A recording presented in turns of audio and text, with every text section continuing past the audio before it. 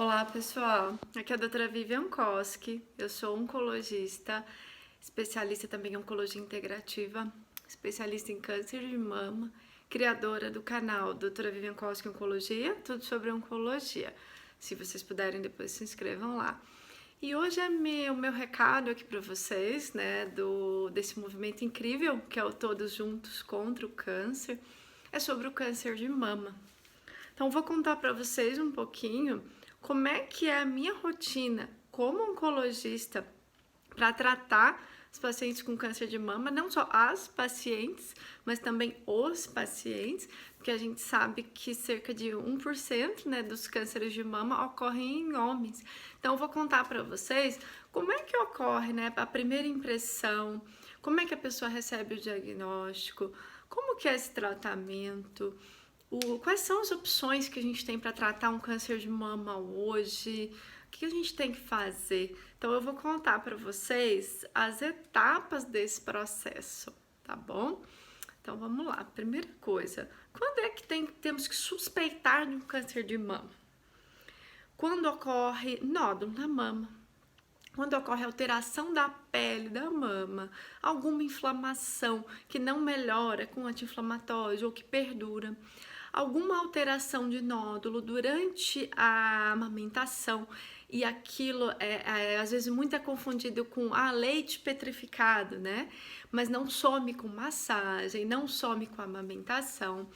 Linfonodos, que são gânglios na axila, secreção pela papila, uma secreção sanguinolenta, secreções anormais pela papila, são alguns dos sintomas que o câncer de mama pode se apresentar.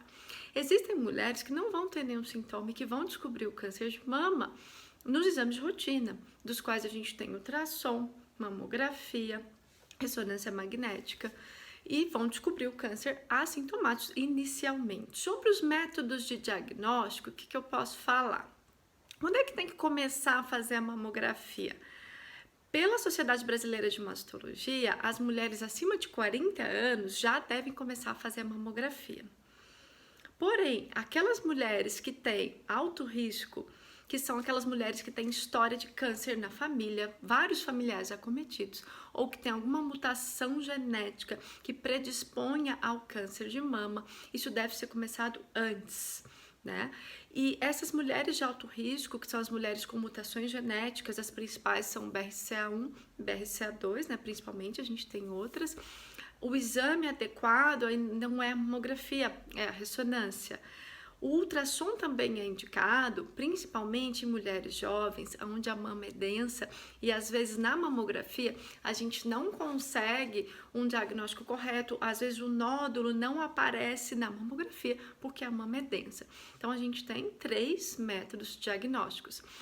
Aqui a gente vai ter, a gente está nesse stand virtual e a gente vai ter perguntas aqui.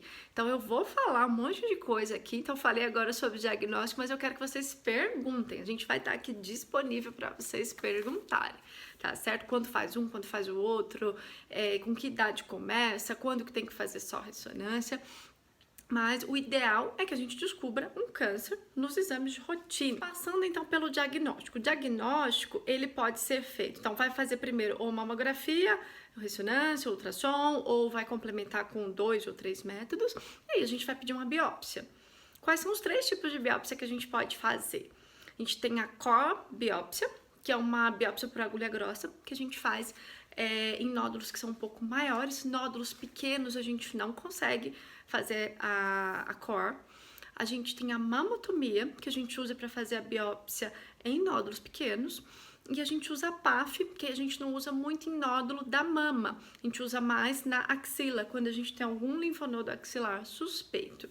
Por que isso? Porque eu tenho que ter um diagnóstico anatomopatológico da lesão.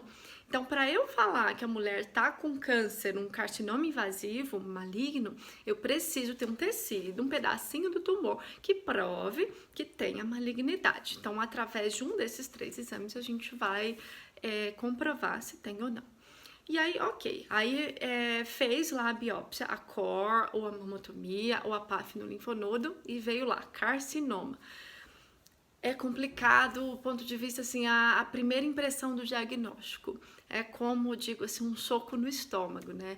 Parece que o mundo se abre e a preocupação que vem, né? Vem a preocupação, será que eu vou morrer?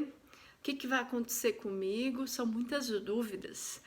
Muitas dúvidas. E realmente, eu passei por um susto recentemente, até vou contar aqui para vocês, né? Para dizer que um oncologista médico também fica doente, médico também tem susto, o médico também sente na pele o que o paciente passa, né? E isso se torna mais genuíno e se torna mais fácil da gente tratar também dessa forma.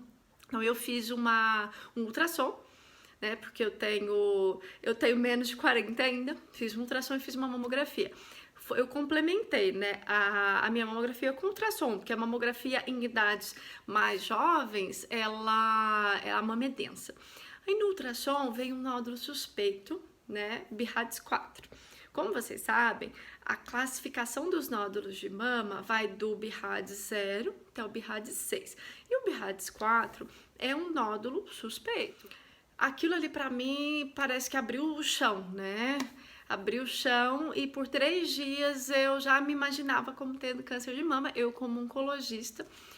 E ok, depois desses 3 dias iniciais eu falei, mas espera aí, eu sou uma mulher ou eu sou um rato, né? Fazendo uma analogia assim, mas falei, o que eu falo para os meus pacientes?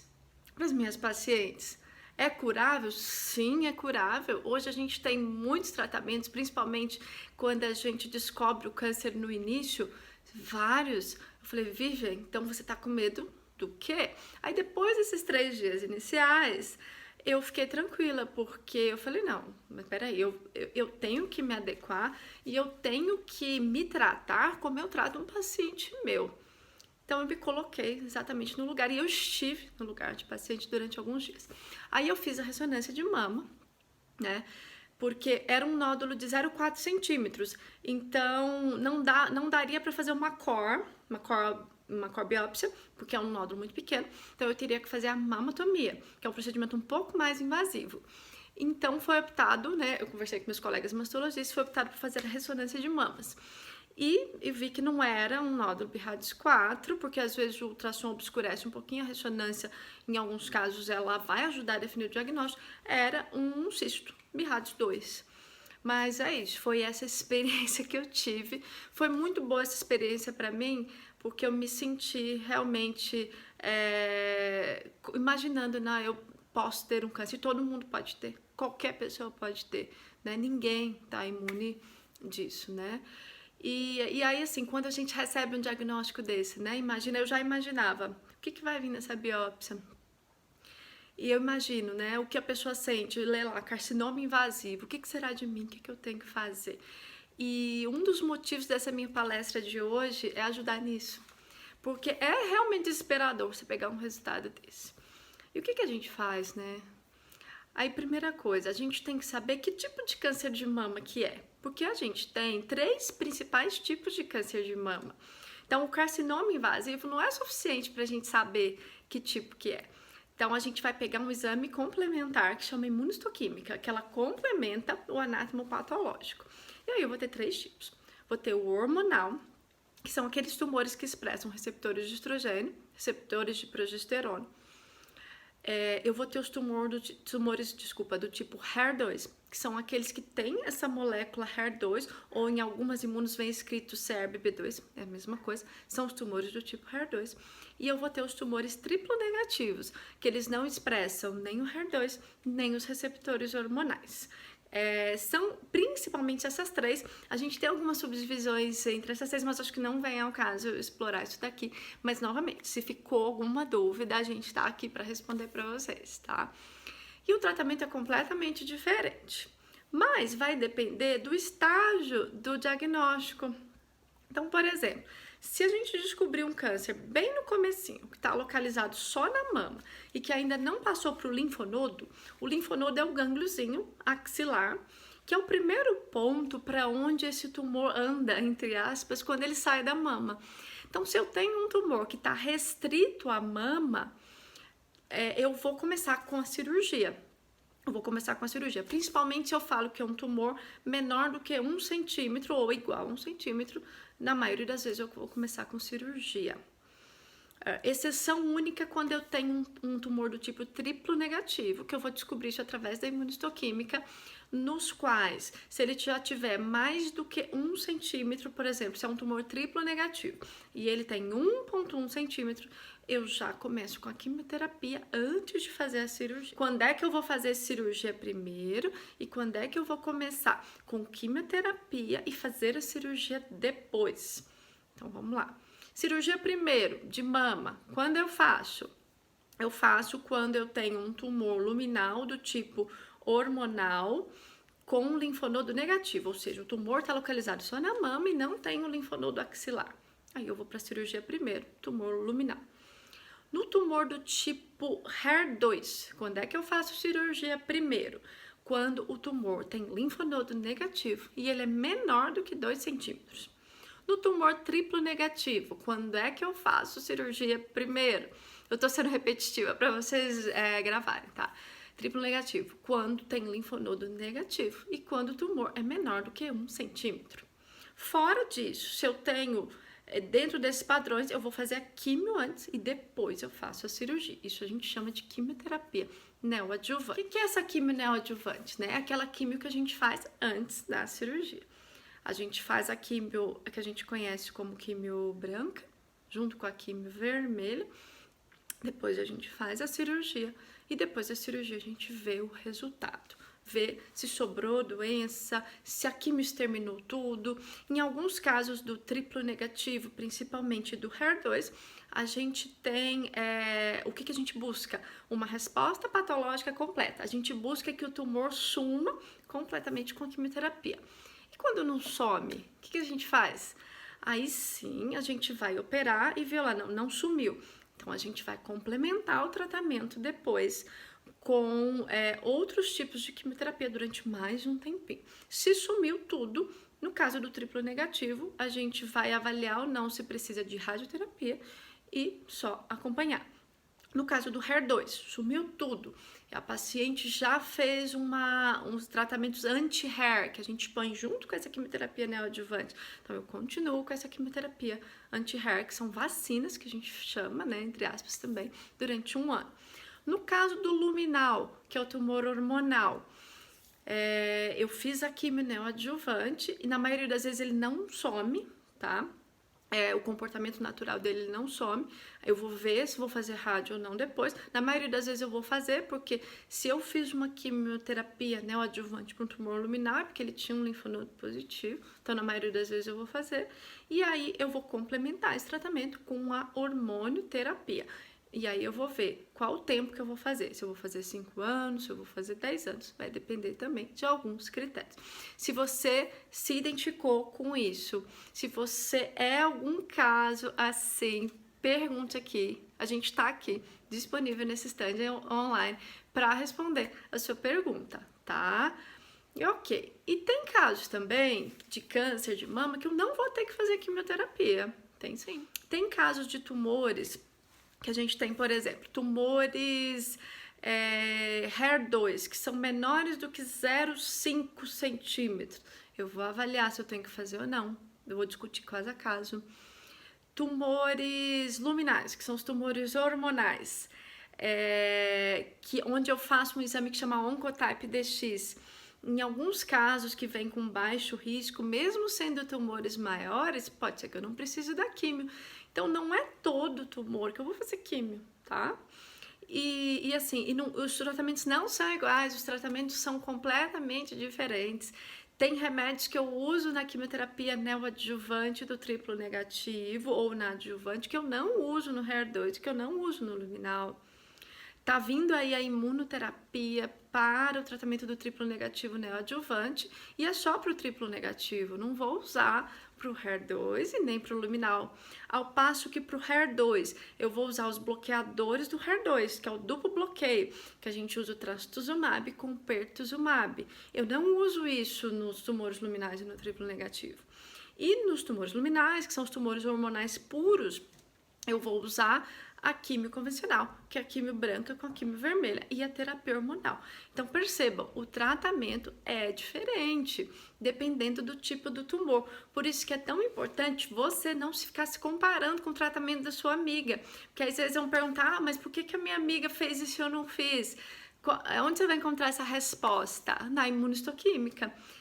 E se você ficou com dúvida, pergunte para o seu oncologista. A primeira coisa que eu falo para as pacientes entenderem quando eu estou lá no meu consultório, eu falo, olha, vamos lá, a gente tem que você vai fazer parte comigo do seu tratamento, porque a gente vai brigar junto aqui. Brigar é a forma de falar, tá? Brigar contra o tumor para ele sumir. Então eu quero que você entenda que tipo de tumor que você tem. Aí eu coloco item por item para a pessoa entender o que é o receptor de estrogênio e progesterona, o que é o HER2 e o CERB-B2, o que é o KI67. Então eu entendo junto com o paciente para entender o que eu estou falando, né? Primeira parte. Então aqui, se ficou alguma dúvida no tipo de tumor, o que a gente faz, já perguntem aqui, tá bom? Agora eu vou falar para vocês como é que a gente trata o câncer de mama quando ele tem metástase. Algumas pacientes a gente já descobre as metástases ao diagnóstico. A gente tem que em torno de 20% das pacientes que têm diagnóstico de mama, a gente descobre essas metástases no início do tratamento. O principal sítio de metástase costuma ser os ossos, como o primeiro local de metástase. E algumas pacientes que fazem a quimioterapia adjuvante ou neoadjuvante vão recorrer, sim, dependendo do estágio inicial onde esse tumor foi diagnosticado. Por isso que é tão importante o diagnóstico precoce, porque quanto mais precoce for diagnosticado o tumor, maior a chance de cura. Por isso que é tão importante a gente se envolver em ações como o TJCC, que é esse grande movimento, Outubro Rosa, que é a conscientização sobre a importância do rastreamento. Por isso que é tão importante a gente disseminar esse conhecimento. E por isso que é tão importante você estar aqui nesse evento. Porque quanto antes se diagnostica o câncer, maior a chance de cura. Né? Então, infelizmente, teremos casos metastáticos. E aqui eu quero contar para vocês um pouquinho o que a gente tem feito. E a gente tem feito muita coisa diferente. E a gente tem conseguido transformar o câncer de mama numa doença crônica. Uma doença crônica é bom? Se a gente fizer a comparação correta, sim. Porque antes o câncer era temido, porque era visto como uma doença mortal, como uma doença letal. Então, ter câncer antigamente significava que você tinha, entre aspas, uma sentença de morte. E a primeira coisa que eu digo para o meu paciente que tem um câncer de mama metastático é que isso não é uma sentença de morte. A gente tem drogas novas, a gente tem tratamentos novos surgindo a cada dia, a gente tem a oncologia de precisão para isso, a medicina personalizada e a oncologia integrativa. Eu trabalho com tudo isso, digo tudo isso junto e misturado, e a gente vê o paciente como ser individual e adequando o tratamento ao tipo de tumor que cada paciente tem. O tratamento, lembra que eu falei para vocês que o tratamento da doença inicial, doença não metastática, para triplo negativo, para luminais e para HER2 era completamente diferente. Aqui também é completamente diferente. No caso de tumores metastáticos, que é aquele tumor que já espalhou para algum outro local, o tratamento difere completamente nessas três aí categorias. Eu vou começar pelo luminal, que é o hormonal. Então, hormonal, tumor hormonal, vamos lembrar lá, imunistoquímica. Como é que a gente sabe que ele é hormonal? Ele vai ter receptor de estrogênio e progesterona, ou só estrogênio positivo, ele tem que ter o receptor de estrogênio positivo, e ele vai ter o HER2 negativo, isso é um tumor luminal. Aí eu descubro lá, a paciente tem uma metástase. Hoje em dia, o que a gente faz? A gente vai usar a hormonioterapia, a gente não precisa fazer quimioterapia para esse paciente. E o quanto a gente puder empurrar essa quimioterapia para fazer depois, é melhor. Então, a gente vai fazer a hormonioterapia. Só que a gente tem a hormonioterapia moderna hoje. A gente vai usar os inibidores de aromatase, que são remédios bem conhecidos aí. Eu vou citar o nome de alguns aqui. Não tem nenhum intuito de propaganda aqui não, tá bom? Mas a gente vai usar remédios, por exemplo, o anastrozol, o letrozol, que são os inibidores de aromatase, que são os bloqueadores hormonais. Aí eu vou usar junto com o inibidor de ciclina, que é a hormonioterapia moderna que a gente tem. Vou citar também quais que a gente tem no Brasil. A gente tem o ribociclib, o palbociclib e o abemaciclib. Então, a gente tem 3 remédios que eles têm a mesma função. A gente pode escolher um dos 3, junto aí com o anastrozol ou letrozol. Então, a gente combina 2 medicamentos. Com 2 medicamentos orais, 2 comprimidos que a pessoa vai tomar. E então, nesses casos de tumores hormonais, raramente a gente vai precisar de quimioterapia no começo, a gente vai fazer esse tratamento hormonal. Quando que a gente faz quimioterapia no começo de um tumor hormonal metastático? Quando o paciente tem algum tipo de crise visceral, quando a doença foi para o fígado, foi para o pulmão, por exemplo, está causando dificuldade para respirar, está causando alteração do fígado, aí pode ser que a gente precise fazer uma quimioterapia e depois vá para o hormônio. E a hora que esse remédio passa a não funcionar mais, aí a gente pesquisa uma mutação, que chama mutação do PI3K. Eu até pesquiso já antes, eu deixo isso prontinho, né, para o paciente, porque a gente já fica com a carta na manga, né, com a informação. E chegou uma medicação nova no Brasil, chegou ano passado, que chama Alpelisib. Então, para aqueles pacientes que têm essa mutação do PI3K, quando eles progridem, ou seja, quando esse inibidor de ciclina, que são aqueles, o palbociclib, ribociclib, abemaciclib, não funciona mais, e ele tem a mutação do PI3K, eu uso esse medicamento que chama Alpelisib, que também é um tipo de hormonoterapia. Se tá com dúvida, pergunta aqui no stand, tá? Que eu sei que isso aí é um pouco complicado. E qual que é o intuito, então, do paciente que tem um tumor luminal metastático? É eu deixar a quimio para depois. Eu vou fazer a hormonoterapia moderna, com esses medicamentos que eu estou dizendo a vocês. Então, isso foi tratamento do tumor hormonal metastático. E quando eu vou tratar um tumor HER2, né, como é que eu faço? O HER2 é completamente diferente. Então, descobri um HER2 metastático. Aí eu vou ter que fazer químio, né? Em geral, a químio branca, combinada com os bloqueadores do HER2, que são o pertuzumab e o trastuzumab, que são 2 medicamentos que a gente chama, do ponto de vista leigo, né, de vacinas, mas não são vacinas, são anticorpos monoclonais anti-HER2.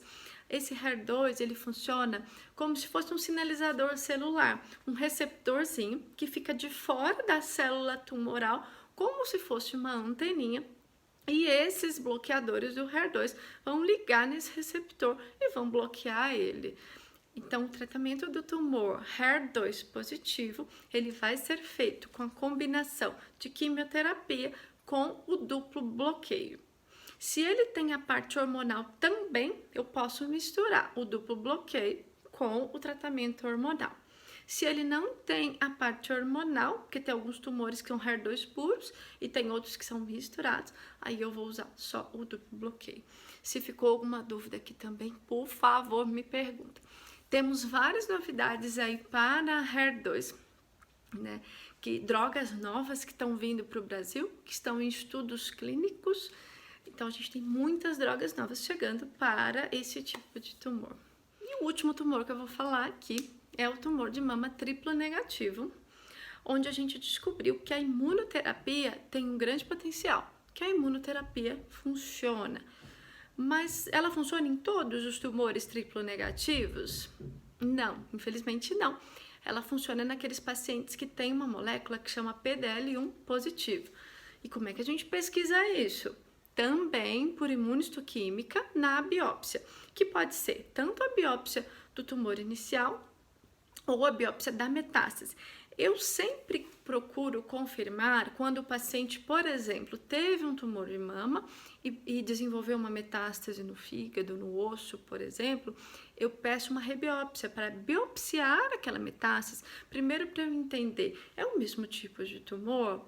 Veio da mama realmente? Aí sim eu peço o teste do PDL1 nessa rebiópsia. Mas se eu não tenho essa possibilidade de fazer o PDL1 na rebiópsia, posso usar o tecido primário? Sim.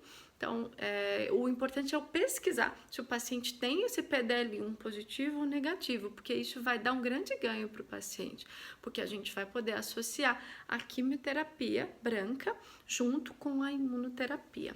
Isso que eu queria dizer para vocês. A gente tem muita novidade em câncer de mama. E eu acredito que não é só o remédio que cura, que estabiliza um câncer.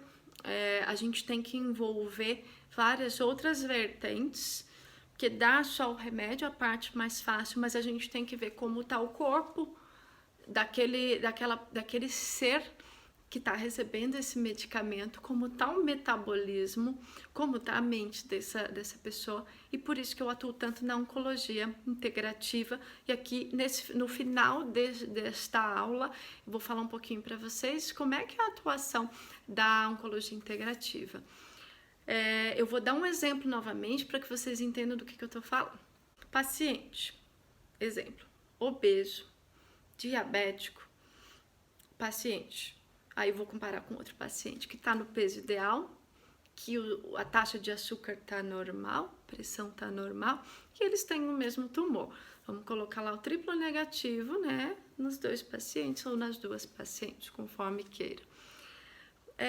Em qual organismo vocês acham que esse tratamento pode funcionar melhor?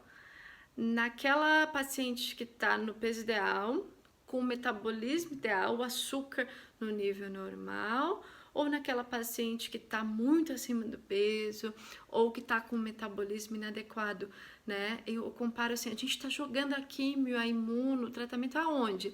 A gente pode jogar isso num rio limpinho, ela vai funcionar melhor, né? Ou a gente pode jogar no rio Tietê. Onde é que vocês acham que ela vai funcionar melhor? Esse recado é para que vocês tomem cuidado do microambiente e do macroambiente do organismo de vocês. A quimio está entrando aonde? Você está favorecendo para que este tratamento funcione? Você está fazendo a sua parte? Você está se ajudando? Você está fazendo atividade física? Que a gente sabe que isso vai controlar, sim, o crescimento das células neoplásicas e vai prevenir o aparecimento de novos cânceres. Você está tendo uma dieta saudável? Nós sabemos também que tem alimentos protetores e alimentos promotores do câncer. Você está com uma conexão aí corpo, mente, espírito saudável, nutrindo a sua mente de pensamentos positivos, né? Tendo fé na espiritualidade, aqui eu não estou falando de religião, meditando, praticando autoconhecimento para você entender que aquilo é um processo, que a doença é um processo e muitas vezes é um processo de autocura, né? É um processo que às vezes é uma cura espiritual, uma cura mental, né? Entender isso como um processo. Você está se cuidando em todos esses sentidos? O tratamento oncológico, a químio, a imuno, a rádio, a hormonioterapia é um pilar do tratamento, mas a gente tem vários outros. Se você ficou com dúvida também nessas questões, por favor, perguntem aqui. A gente está à disposição nesse instante para falar com vocês. E era isso que eu queria dizer. Agradeço muito a atenção.